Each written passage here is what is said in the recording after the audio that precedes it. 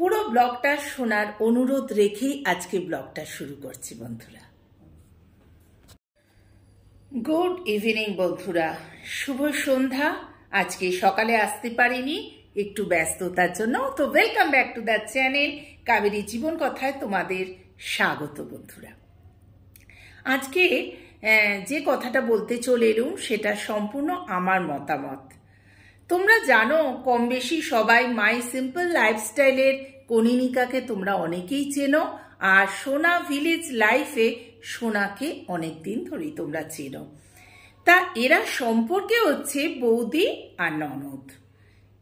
আগে তো এদের সাথে প্রচুর মিল ছিল, কিন্তু হঠাৎ করে জানি না, হয়তো দীর্ঘদিন ধরে ছিল, সেটা ক্যামেরার সামনে আনেনি, কিন্তু এখন ওরা ক্যামেরার সামনে এটাকে তুলে ধরেছে, যার ফলে আমাদের দৃষ্টি আকর্ষণ তো করছেই এই ব্যাপারটা। কনিনিকার লাইফস্টাইল, কনিনিকাতে মাই সিম্পল লাইফস্টাইল আমি অনেক দিন ধরেই ফলো করি, কারণ ওর যে জার্নিটা আমাকে সত্যি দৃষ্টি আকর্ষণ করেছিল। আর সৌভাগ্যক্রমে আমি এই কনিনিকা আর সোনা এই দুটো ব্লগকেই ফলো করি, মানে ওদের চ্যানেলটাকে ফলো করি। তাই জন্য ভাবলাম মাথার ভেতর যে কিলবিল করছে কথাগুলো, সেগুলো একমাত্র শেয়ার করার পথ হচ্ছে এই ক্যামেরা। তা চলে এলাম তোমাদের সাথে শেয়ার করতে। ওরা যে এই অশান্তিটা সোশ্যাল মিডিয়ার সামনে এনেছে, তার ফলে অনেক চ্যানেলে অনেক আমার মতো অনেক বন্ধুরাই তাদের মতামত জানাচ্ছে। তার ভেতর কোনো মতামতটা আমার শুনতে ভালোই লাগছে, ঠিকই বলেছেন, আর কোনো কারোর মতামত আমার শুনতে একটু ভালো লাগছে না। এবার আমার মতামতে আসি। তোমরা অনেকেই বলছো, সেদিন একটা মানে কি বলবো কমেন্ট সেকশনে আমি দেখলাম, যেটা কনিনিকার কমেন্ট সেকশন, সেখানে দেখলাম একজন কমেন্ট করেছে যে আমাদের সোশ্যাল মিডিয়ায় এই রকম চ্যানেলগুলোকে বন্ধ করে দেওয়ার জন্য আবেদন করা উচিত। আমি শুনে না মানে দেখে অবাক হয়ে গেলাম। কি করে বলছেন? এইরকম একটা ঘরোয়া চ্যানেলকে বন্ধ করে দেওয়া উচিত? যারা সুস্থ জীবনযাপন করে আর যারা অসুস্থ জীবনযাপন করে, যারা বাজে নোংরা ভিডিও দেয়, কই সেখানে তো আপনারা কি বলবো প্রতিবাদ করেন না, সেটা তাড়িয়ে তাড়িয়ে উপভোগ করেন, তাই না? ছি, আপনাকে ধিক্কার। যেই বলে থাকুন, নামটা আমি বলছি না। ভীষণ একটা রাগ আসে জানো তো।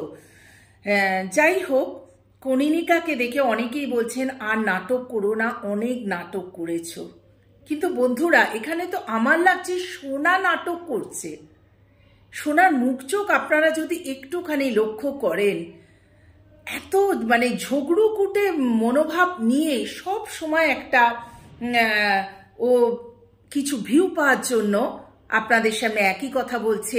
আমি কাঁদছি, আমার গায়ে কাঁটা দিচ্ছে, আমি কি করব, আমাকে 5 লাখ টাকা দিচ্ছে না, আমাকে থাকতে জায়গা দিচ্ছে না। আরে এটা কি সেই মুড়ির মোয়া যে 5 লাখ টাকা এক্ষুনি গাছ থেকে পড়বে? একই তোর অসুস্থ স্বামী, যার কোনো রোজগার নেই, আর তোমার স্বামীর তো রোজগার ছিল। তা তুমি কেন ছেড়ে চলে এলে? তুমি মানাতে পারলে না কি সেই দায় কনিকার? ও বেচারা একটা মেয়ে কি করে প্রথম থেকে করেছে, প্রত্যেকটা আমি ব্লগ দেখেছি এবং প্রত্যেকটা জানি। কত কষ্ট করে সে বাড়িটা করেছে। আগে তো সব সময় নিচে ভাঙা চোরা, তাকেই জল দিয়ে ধোয়া, রুটি করা থেকে আরম্ভ করে এভরিথিং ও শেয়ার করতো। তারপর বাচ্চাটাকে নিয়ে তো অনেক কথার সম্মুখীন হতে হয়েছে ওকে, নোংরা কথার। আর কত সহ্য করবে মেয়েটা?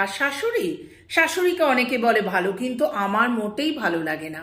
যেরম সোনার মুখটা কুচুটে, সেরম শাশুড়ির মুখটাও ঠিক কুচুটে। দেখেই বোঝা যায় মানুষ কিরকম হয়। একদম আমার প্রথম থেকে ভালো লাগে না। কিন্তু ওই ছেলের কাছে থাকতে গেলে বইয়ের নামে ভালো ভালো কথা বলতো, কিন্তু আমার সহ্য হতো না। যাই হোক, সেটা আমার ব্যাপার। সত্যি কনিনিকাকে দেখে আমার কষ্ট হচ্ছে। যারা বলছেন কনিনিকাকে নাটক করছেন, এইসব বলছেন, তাদের বন্ধুরা প্লিজ, নাটক করছে সোনা, ওর নাটকে ভুলবেন না। পাশে আবার মেয়ে জড়ো হয়েছে। কিছুদিন আগেই তো বাড়িতে গিয়ে মেয়ে জন্মদিনে বাবার থেকে সোনার আংটি নিল। জানি না এটা ওরা ভিউ পাওয়ার জন্য এটা সাজিয়েছে কিনা, কিছুই আমরা জানি না। শুধু আমরা চোখের দেখার ভিত্তিতেই, অনুমানের ভিত্তিতেই আপনাদের সামনে এই মত প্রকাশ করছি।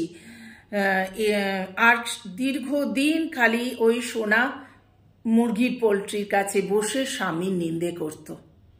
নিজের মানে নেওয়ার ক্ষমতা নেই, সব বাড়ি ঘরদোর ছেড়ে এসে এই কনিনিকার ওপর বসলো, যার মাথার ওপর একটুখানি ছাদ আছে। সেই স্বামী ওই রকম অসহায় মেয়েকে স্কুলে দেয়া, শাশুড়ির যত্ন করা, ইভেন সোনার মেয়েকেও পর্যন্ত রেখেছে, তার জন্য সোনার হার গড়িয়ে দেওয়া, তাকে মেকআপ করে দিচ্ছে। তবেই তো আজ ফোনে এসে সে রিল বানাচ্ছে সেজে গুজে। পড়াশোনা তো একেবারে মাথার ওপর। মায়ের দুঃখের পাশে বসে মিটিমিটি হাসছে, মাকে ব্লগ তৈরি করে দিচ্ছে। এইটা এখন তার কাজ হয়েছে। আর তো বিশ্রী লাগে দেখতে, একদম মানে সেই চড়া মেকআপ করে, লাল শাড়ি পরে, শাড়িটা একটু নিজের মতো করে নামিয়ে, অসভ্যতার মতো মানে কি বলবো, শারীরিক অসভ্যতা অ্যাপ্লাই করে নাচ দিচ্ছে, রিল করছে। আপনি ভাবতে পারেন, যার মার এত কষ্ট, যার বাবা তার মাকে ছেড়ে দিচ্ছে বা অশান্তি করছে, তার মুখে একটুকু মানে কোনো ছায়া নেই। বুঝতে পারছি না সোনা এটা সম্পূর্ণ নাটক করছে কিনা ভিউ পাওয়ার জন্য। রোজই ক্যামেরার সামনে এসে বসছে, মেয়ে বসছে, এইবার একটা করে বলছে। এবার মেয়েও বলছে, হ্যাঁ আপনারা এর ভিত্তিতে ভেবে দেখুন কত কষ্ট করলে এইভাবে হয়। এখন সে বলছে আমি রান্না করব না, আমি কোনো কিছু করব না, আমাকে খাওয়াতে হবে। এ কি কথা?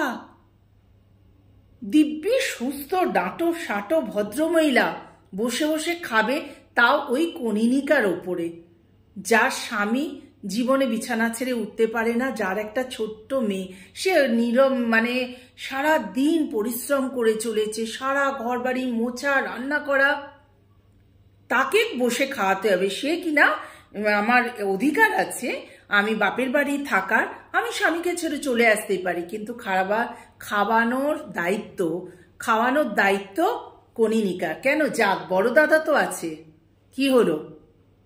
ওই দাদা কি করলো? ওই দাদা কি একদম বার করে দিয়েছে?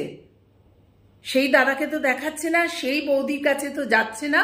তারা তো 3 তলা বাড়ি তুলে বসে আছে, দিব্যি আছেন তারা।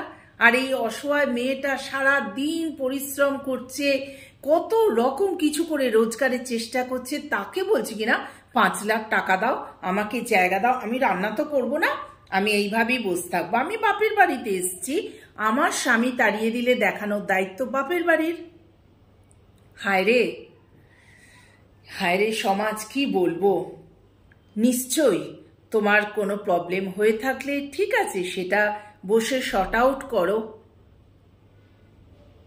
তা না করে তুমি একজনের উপর ব্লেম করছো, অশান্তি করছো। ইভেন সেই অশান্তিটা ওরা ক্যামেরা বন্দি করে সোশ্যাল মিডিয়ার সামনে আনছে।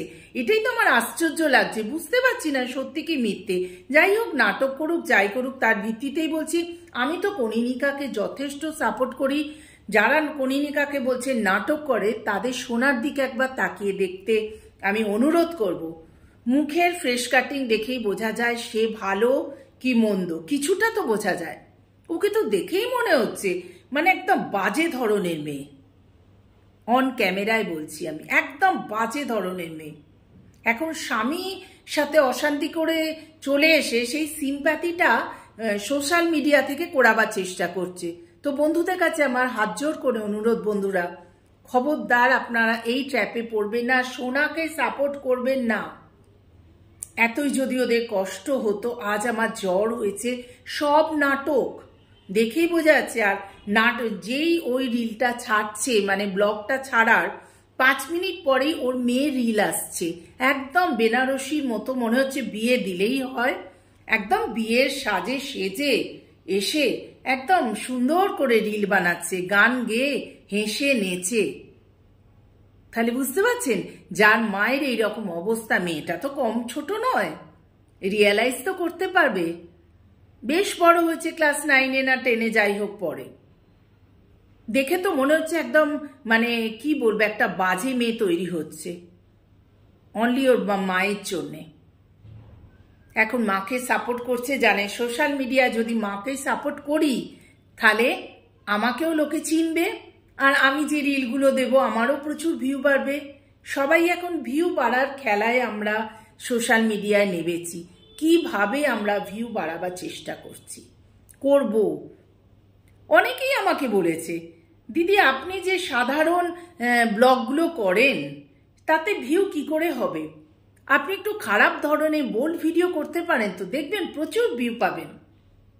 আমি তাদের কাছে হাত জোড় করে অনুরোধ করে বলেছি যে বন্ধুরা, ইউটিউব অফ করে দেব একদম। আমি এটা শখের জন্য করছি, একদম বন্ধ করে দেবো, মানে 1 সেকেন্ডের মধ্যে ইউটিউব থেকে বেরিয়ে যাব। তবে এই জিনিস আমার দ্বারা কোনোদিন হবে না। যদি তোমরা এই সব জিনিস দেখতে পাও তো আমার চ্যানেল থেকে বেরিয়ে গিয়ে তোমরা অন্য চ্যানেলে যাও, যেখানে তোমাদের মনের আশা পূর্ণ হবে। যাই হোক, খুব রেগে গেলে না আমার, মানে এখন বয়স হচ্ছে তো, মানে আমার খুব অল্পেতেই আমার একটা কি বলবো ইরিটেশন হয় এইসব বাজে কথাগুলো শুনলে, বাজে জিনিসগুলো দেখলে। যাই হোক বন্ধুরা, তোমরা অনেক কষ্ট করছো আমার জন্য, 5-10 মিনিট নিশ্চয়ই শুনছো সময় খরচা করে। তোমাদের সবাইকে জানাই অনেক অনেক ভালোবাসা।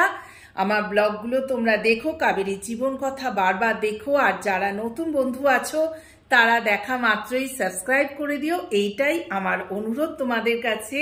আর তোমরা যদি বেশি বেশি করে সাবস্ক্রাইব করো তাহলে আমার ভেতর একটা উৎসাহ হবে যে আরো ভালো ভিডিও করি।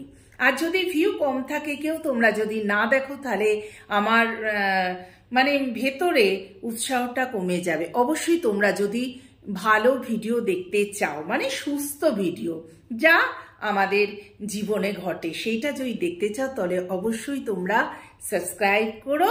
আর লাভ ইউ অল বন্ধুরা, টাটা, গুড নাইট।